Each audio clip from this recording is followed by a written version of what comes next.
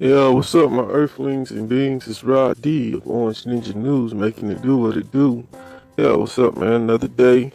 Today I think I'm gonna focus on a mafia story. It's one of the Italian mafias to be correct, and I haven't seen too much on this story over here in the States because right now we have our own concerns as far as politically and political unrest and all that, so we ain't really been able to focus on other stuff ourselves. And yeah, it's a crazy story where it's like 355 people on trial. They got like 900 witnesses. It's real big. It's one of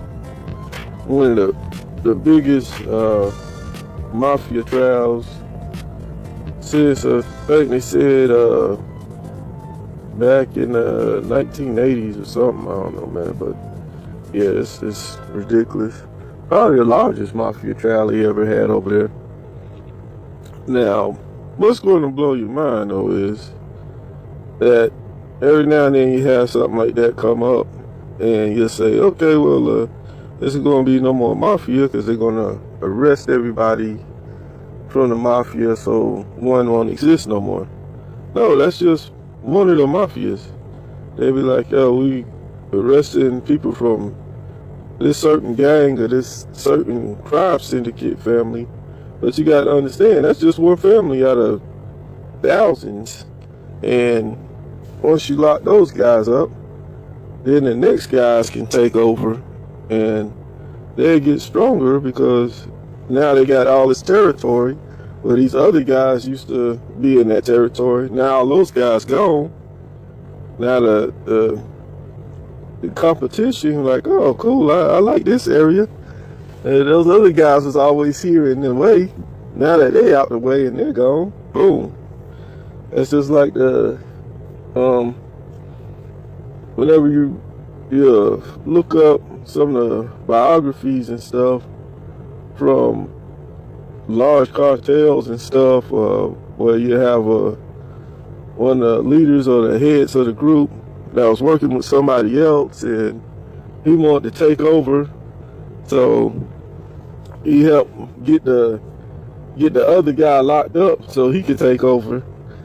Stuff like that. It's always somebody waiting in the background for the other one to fall off so they can take over. So, yeah. You always, those big trials like that spend millions of dollars, millions of taxpayer dollars, and everybody saying, oh, that'll be the end of the crime and stuff like that. And then the next day they realize, oh, well, now this other syndicate just took over. So what was all the other stuff about? It's kind of weird. Yeah. Let me put a news audio clip in here. So check this out.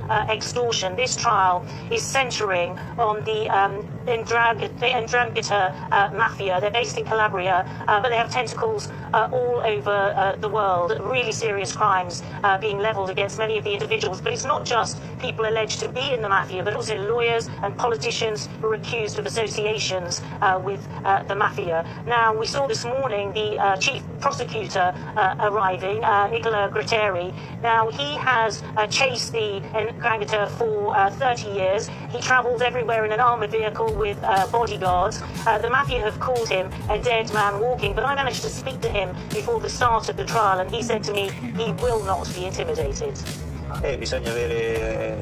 You need to have broad shoulders and nerves of steel. You need to stay calm and not get caught up in emotion or tension. You need to rationalise every emotion because the goal is important and fundamental.